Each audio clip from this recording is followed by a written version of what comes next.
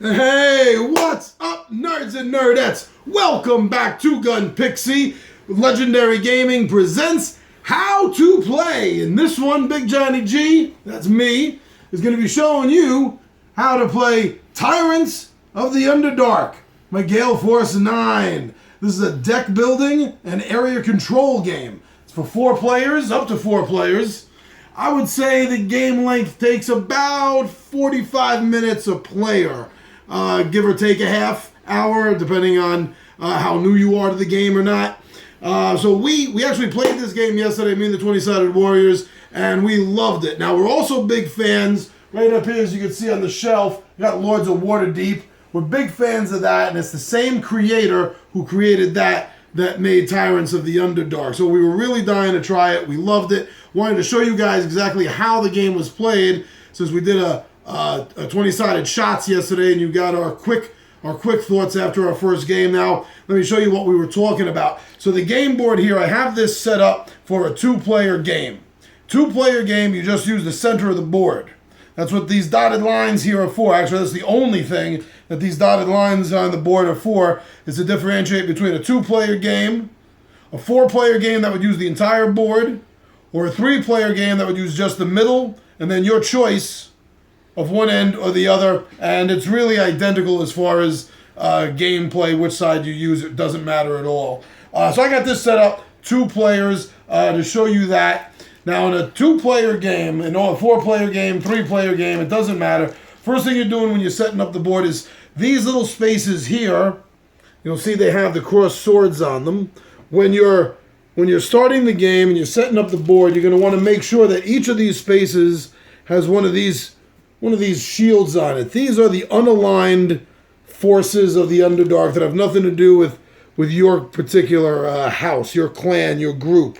So those spaces, you're going to make sure that they all have one of these on it, and that means that they're taken. The forces, some other forces, claim control of that area.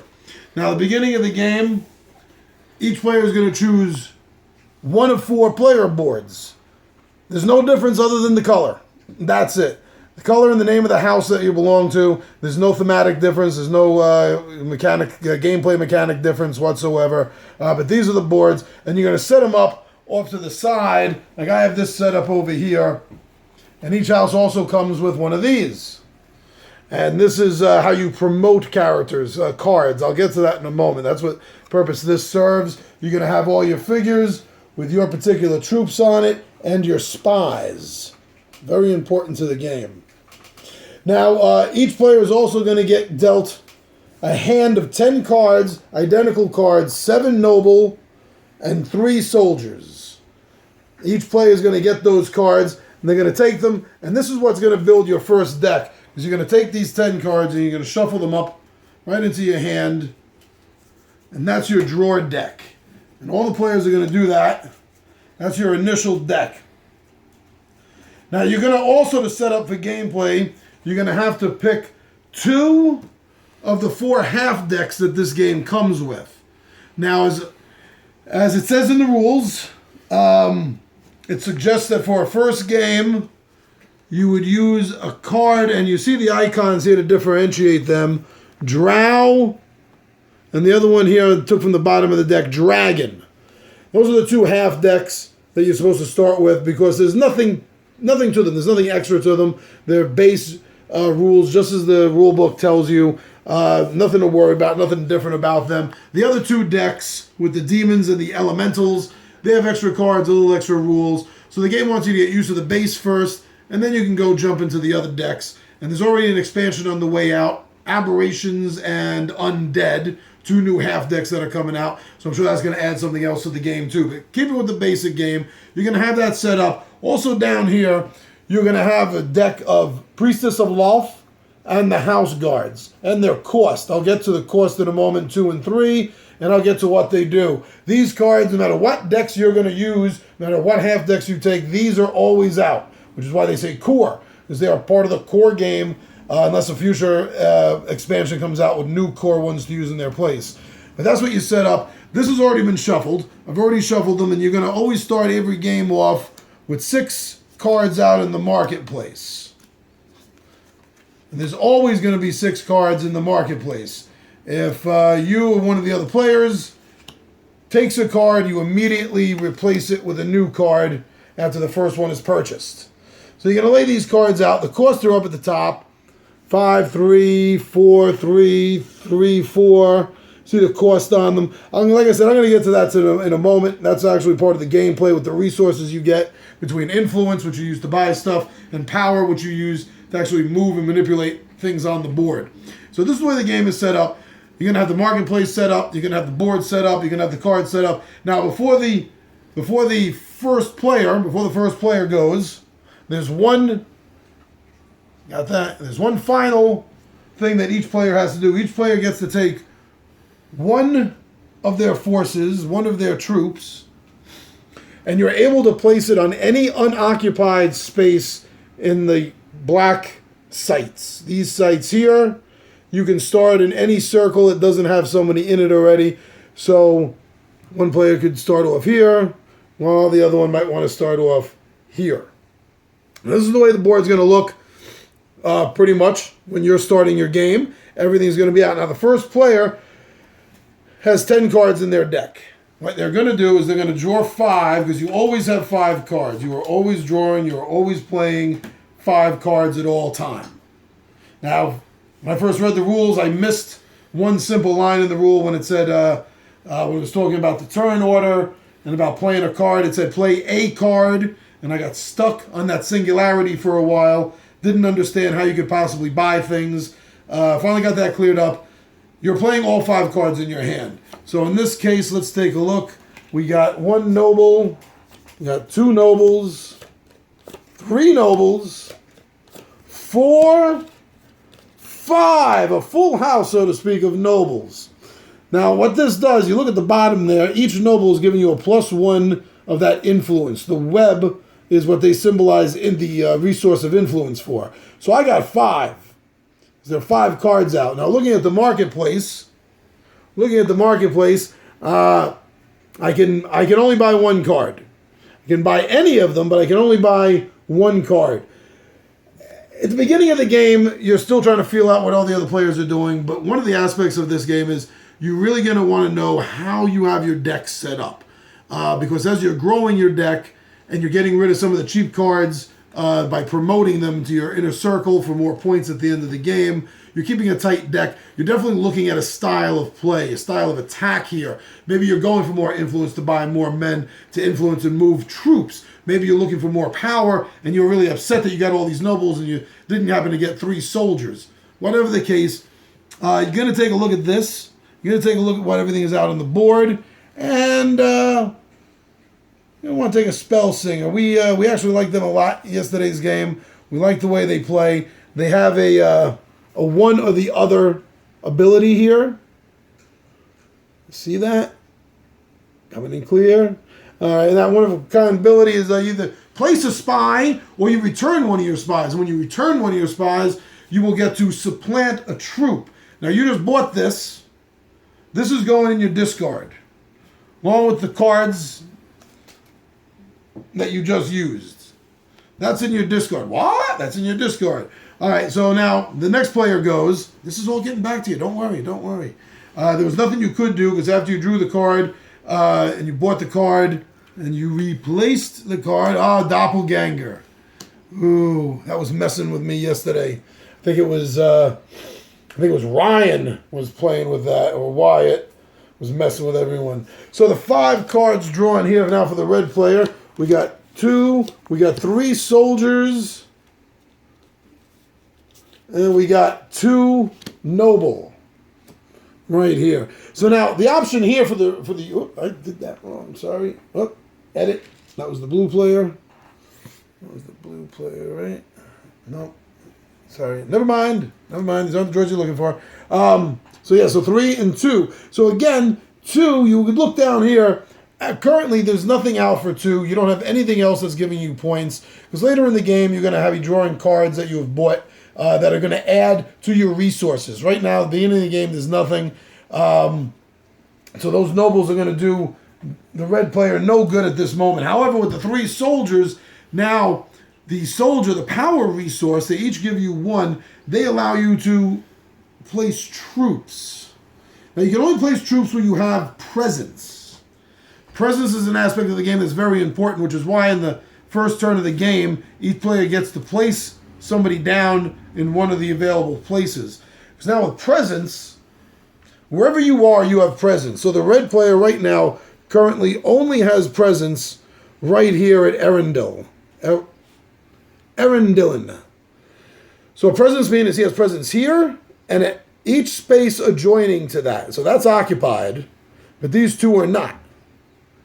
So you can choose to put one on each of these places, start defending his little stand and making sure that he has control over the area. Now these numbers you see here, at the end of the game, they're going to be scoring numbers. Whoever's in control of these sites will gain those points at the end of the game. So you want to grab onto these sites and you want to try to hold on to them as soon as you can. The real important ones are the ones right in the center, the big round ones, which you see that have these chips. Now this changes control all the time. If one of the players had gotten control here, they would take this chip and they would put it off to the side to remind them that they are currently always have one extra influence resource available as long as they are in control of this. If nobody else can test them and there's nothing else, then they get total control. And at the end of every round, they're going to be scoring one of these victory points to put over in their trophy hall. So these are the ones you really want to get because they're going to be giving you bonuses every round. So concentrate on those. The smaller ones are just good for the points, but you're going to want that because they're going to add up at the end of the game. The more you have, the more points that you're going to get. So now, the second player's used all their cards, so they all go in the discard. Now, each player at this point is going to have only 5 cards left, being the second turn, only 5 cards left in their deck. So obviously, this is going to have some soldiers in it, and the last 2 noble. Again, nothing for 2 noble. There's nothing out here for 2 noble. I don't have any other bonuses out to give me any extra influence. So these are going to be automatically discarded. I have nothing else to do with them. And the 3 soldiers with the power, as you saw, 3 power. Now, if I had somebody nearby, if there was somebody here, if I had a force there, that gives me presence, as I was explaining, all around, every adjoining space, including this one here. With 3 power, one of the options you can do with 3 power is you can assassinate. I have presence here. If I did have presence here, I could use that to assassinate this troop, and it's gone. And that's going to leave it open in the future for me to start filling in to try to get here and take it over. So you definitely want to keep your outer guards in place, definitely, so to speak. So with this 3 power, 1, 2, definitely going to want to be coming in here, start letting everyone know that blue is in the town. Blue is in the house. Blue means business. And that ends that. So for the second player, 1, 2, 3, 4, and 5, the nobles. All nobles this time, of course, that was the odds coming out. We knew what was in the hand. Now 5 get to buy something. There's no 2 out, so you can't buy a 2 and a 3. So again, that just leaves 1. And as I was telling you before, we really like the doppelganger. The doppelganger's power is to supplant a troop, which is very cool. If this card came out while these were set up like this by the red player, then the red player not only assassinates, but supplant means gets to replace with one of their troops. Really good card. It was kicking butt yesterday, that's for sure. Now at this point, you have no cards, so you got to go to your discard pile, which now at this point, each player now has 11 cards because they've each had the chance to buy one. Sorry. There we go. So when you shuffle it up, at this point right now, 1, 2, 3, 4, 5. Anything new come out? We only put, yes, see, look at that. So we got the, sorry there, red. The 2 soldiers came out. You had 2 nobles, and your spell spinner came out that time. Fast turnaround. fast turnaround. Again, there's nothing to buy here. That happens sometimes. But with the Spell Singer, you get to place a spy or return one and supplant it. As I just showed you, the supplant is very cool. There's no spy currently out, so that leaves one option and one option only, which is putting a spy in. Now, here we go. Spies, this is another reason I wanted to grab this card so I get a chance to show it to you. Spies don't go in the little spaces. They don't go in your oval spaces. They just chill outside around the box. They're not taking up a space. They generate presence, so this is not under total control. This is contested, but they themselves don't count for ownership of an area. So they generate presence. They count as presence, but they don't generate presence, I guess.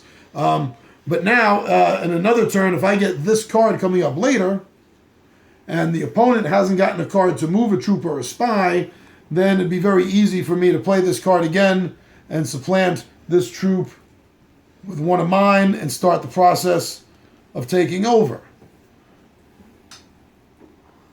Now, each of the cards, as you're building up, you see they're each different. The cards with little arrows, there's the little arrow on the cards, as you were seeing on the one I just played anyway, the one I just played. You only get the effects of the right. Get that focus if it can. Only get the effects of the right if you meet the requirements on the left. Right? So that makes sense. Now, other cards are either or. They'll say choose one, as the Blackguard does. So if this card comes out for your 5 draw, your 5 hand, then you're either going to get 2 power from it, or you're going to be able to assassinate a troop, which is really good because you don't have to spend the 3 power that you would normally have to spend. So you can either get 3 power, or you can assassinate a troop. So that's what's going to happen. During the course of the game, you're going to be building up your deck. Now, to get rid of the other cards, let me see if one of these here say it. Place a spy. Here, okay. The Chosen of Lalith. As you see, one of her ability, it says to promote another card played this turn.